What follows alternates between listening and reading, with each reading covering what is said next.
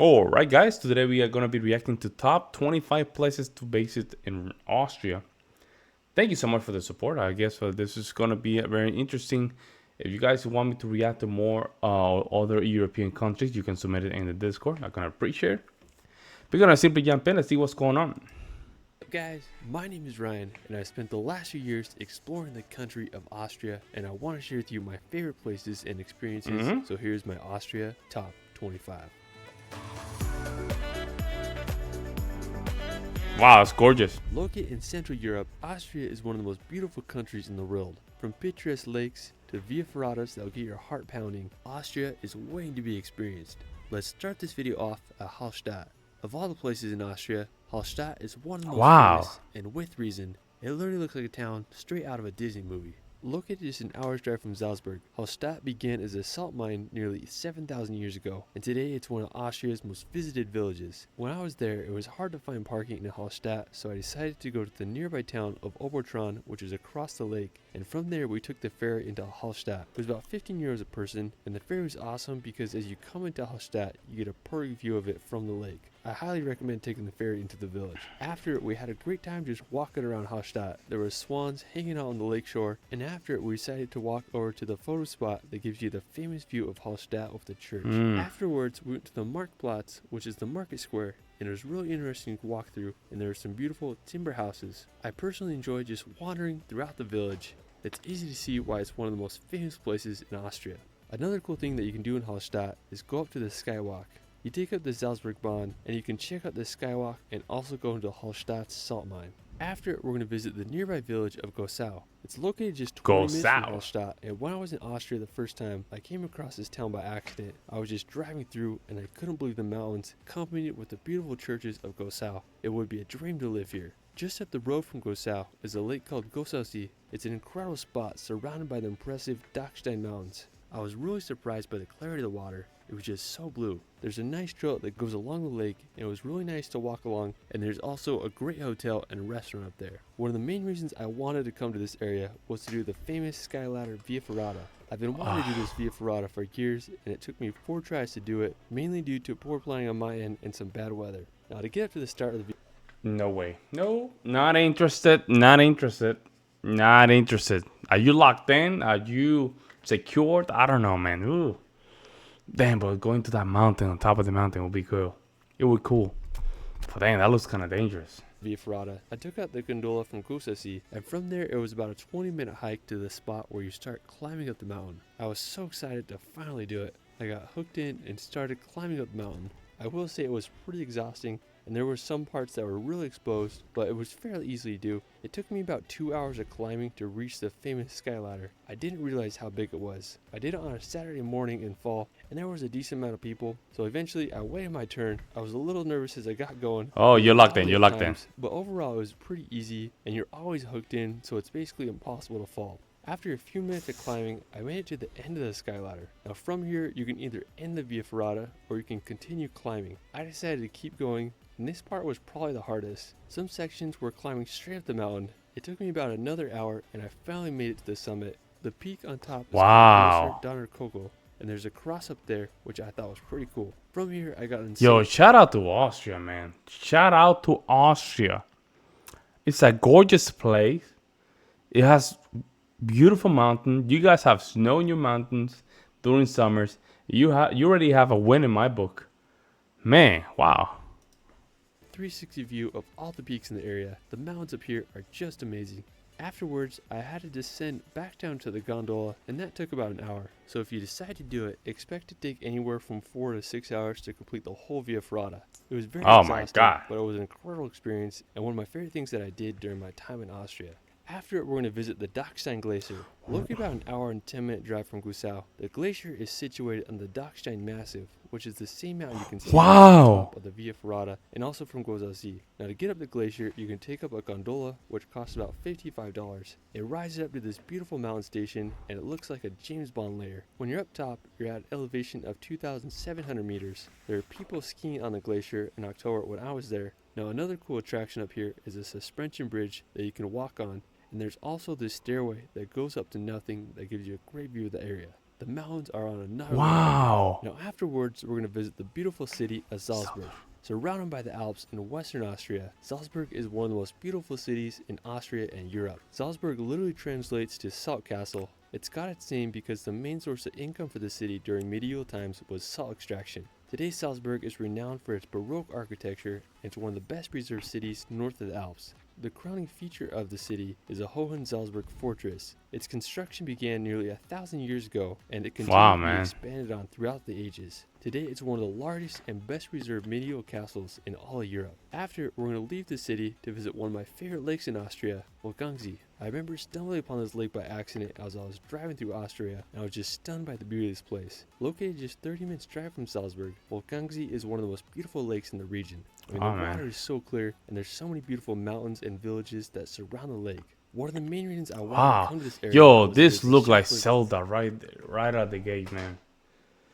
Germany and Austria, they just land of the Legend of Zelda, man. It's like inspired. That's like Shigeru Miyamoto and the guys that probably just went to Austria, Germany, and they just got us inspired. Mountain. Wow, this man. is another place I was just so excited to visit. What's unique about Schaffberg is that you take a train to get to the top. The train is located in the town of St. Wolfgang. It costs about $50 a person to take the train up. As we climbed up the mountain in the train, I mean, I just couldn't believe how steep it was. After about 30 minutes, we made it to the train station. From there, we hiked up to the top. There's a restaurant and hotel, which I think would be really cool to spend the night at. I particularly love this one viewpoint that was situated between the restaurant and the hotel. It shows how steep the cliff is where they are built, and it offers a beautiful view of the area. I really enjoy just walking around up here and admiring the 360 view. You can see so many lakes such as Wolfgangsee below. We also walk to the ridgeline to the east and offer some amazing views of Schaffberg. If you're in the area, you gotta take the train to the top of this incredible mountain peak. After, we're gonna head to the town of Traunkirchen. Located about 30 minutes away, Traunkirchen is this idyllic village built on this little peninsula on Traunsee. It's insanely beautiful, especially with the massive mountain across the lake. I really enjoyed just walking around Traunkirchen. People were swimming in the lake and enjoying the warm summer evening. We found this trail that took us up to the church that is built on the hill overlooking the town. After, we explored more of the area and just walked along the lake. And it was so peaceful. Austria is blessed with so many beautiful towns and villages. While we're still in the area, we're going to visit Attersee. Located just 30 minutes from Traunkirchen, Attersee is the biggest lake in the Salzkammergut region and the third biggest lake in Austria. When I was on top of Schaffberg, I could see this lake in the distance. It's absolutely massive. Now the scenery here is next level. If you want to go on a good drive, you can explore the road that loops around the lake shore. After, we're going to visit another beautiful lake, Grundlsee, located about 30 minutes from Hallstatt. Grundlsee is the largest lake. So basically, Austria is just a more mountainous kind of place. Like, mountains here are insane, man. Wow. Europe is so gorgeous, man. Austria, and it's surrounded by the dead mountains. The scenery here is just incredible. I enjoyed relaxing on the shore. A good amount of people were enjoying the water there. If you keep driving past oh my god, you'll come to another smaller lake called Toplitz. Oh my god, it's absolutely beautiful. Oh my god. I mean, this part of Austria is just blessed with so many scenic lakes. After, we're going to visit one of my favorite castles in Austria, Burg Hohenwerfen. I remember the first time I saw this castle as I was driving on the highway, and I couldn't believe it. It's situated on top of this rock pillar, and the castle dates back nearly 1,000 years when its first fortifications were built there. Over the centuries, the castle continued to grow. It was used as a military base, residence, and prison. Today, it's a museum, and you can tour it, and it's also the sister castle to the one in Salzburg. I personally think it's one of the most scenic castles, not just in Austria, but all of Europe. Another one of Austria's most impressive castles is Hochstrevitz. Located in southeastern Austria, Hochstrevitz is built on this rocky outcrop, and it dates back to the 9th century. My favorite feature of the castle is the 14 fortified gates that were built in the 1500s to defend against Turkish invasions. According to local legend, the castle never was conquered, and enemies never managed to get past the 4th gate. I've never seen a castle with so many layers of medieval security. Today, it's possible to tour the castle during parts of the year for about $20, and you can take a funicular up, or you can also make the steep but nice walk to the castle. Afterwards, we're going to head to the capital of Austria, visit Vienna. Located in the eastern part of the country, Vienna has been ranked as one of the world's most livable cities. It's a perfect combination of medieval Clean. and modern architecture. Vienna is known as the My city of music. God. Musicians such as Beethoven and Mozart called Vienna home. One of the most impressive places is the Schönbrunn Palace. It's a summer residence of the Habsburg rulers and has over 1,400 rooms. Wow. There's stunning gardens and mazes to explore around the palace. After, we're going to visit nearby Wachau. Located about an hour drive from Vienna, Wachau is this beautiful valley situated on the Danube River. The area is full of incredible scenery and vineyards. I think it's particularly scenic during the fall time. There's some beautiful villages along the river such as Dachstein. Another interesting place in Wachau is the Gottweig Abbey. It's perched on a hill overlooking the valley, and it was first built in the 11th century. Today the abbey can be toured, and it's currently home to about 30 monks. After, we're going to head to Austria's state of Tyrol to visit Innsbruck. Located in western Yo, you guys Austria, saw that snow? head to Austria's state of Tyrol to This is what I love. This is what I like, guys. I'm sorry. This is what I like. This is me. This is so gorgeous, man. Oh, wait. This is what I like, man. Look at that. Wow. visit Innsbruck. Located in western Austria, about a 2 hours drive from Salzburg, Innsbruck is a magical destination situated right in the heart of the Alps. It's one of the world's best destinations for winter sports and has hosted several Winter Olympics throughout the years. One of my favorite features of Innsbruck is the colorful buildings that line the Inn River. I mean, they're so unique. Now, another beautiful town in Tyrol is Kufstein. Located about an hour's drive from Innsbruck, Kufstein is the second largest town in Tyrol. The crowning feature of the area is the Kufstein Fortress. It dates back over 800 years and has switched ownerships between Bavaria and Tyrol throughout the centuries. Afterwards, we're going to head back to the mountains to visit Lake Stillop.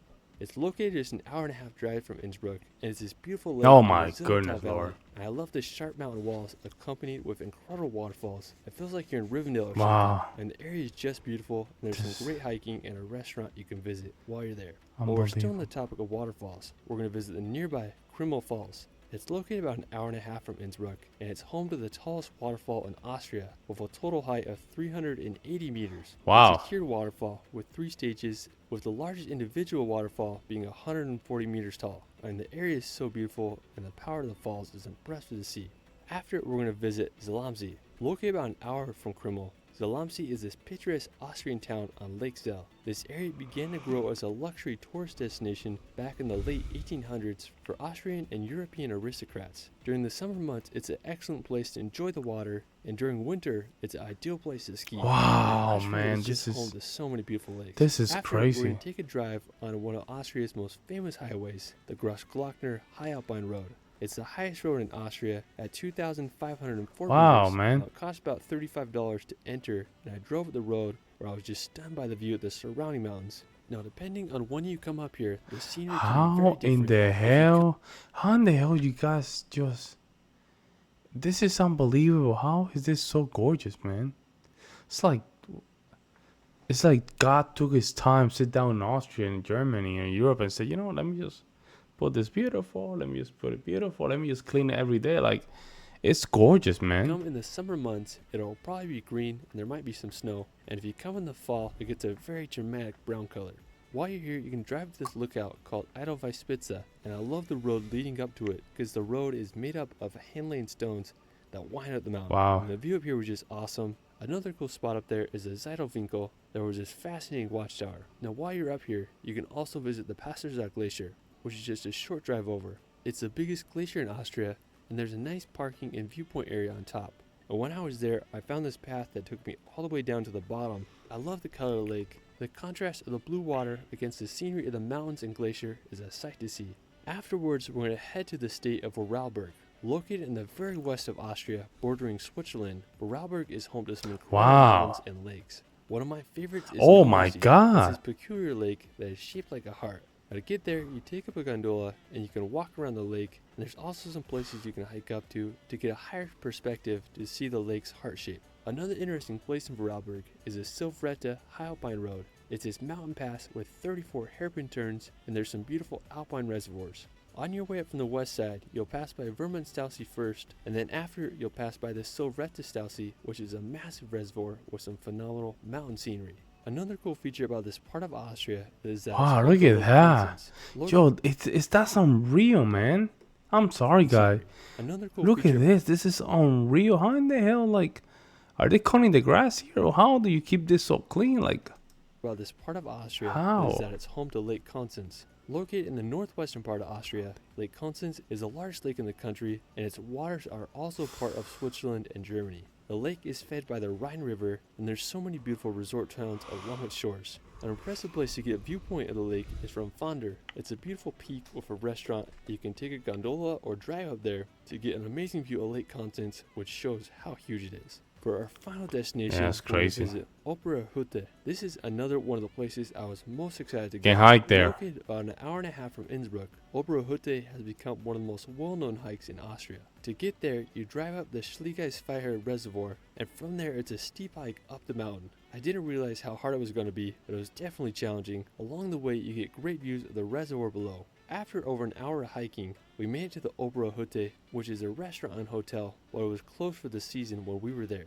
After we walked just a few more minutes and made it to the famous bridge that stretches over this mountain stream. The bridge is not that high up or very big, but if you take a picture zoomed in, it looks like you're high off the ground. And it's a really cool spot, and the surrounding scenery is just incredible with the mountains and reservoir below. It's definitely worth the hard hike to get there. Well, that is it for my Austria Wow, top man. 25. There's still so much to explore in this country. Yo, shout out to this dude, man. He has great content. That's gorgeous, man. I mean, Austria's is top level mountains, man, with snow. Oh, thank you. There's a dude in my Discord. Thank you so much for recommending this video. Yo, 10 out of 10, man. 10 out of 10, my God. You got me to react to more Austria content. Put it in the comment section. But I mean, not in the comment section, but in the Discord. I'm going to really appreciate it. I'll see you next one.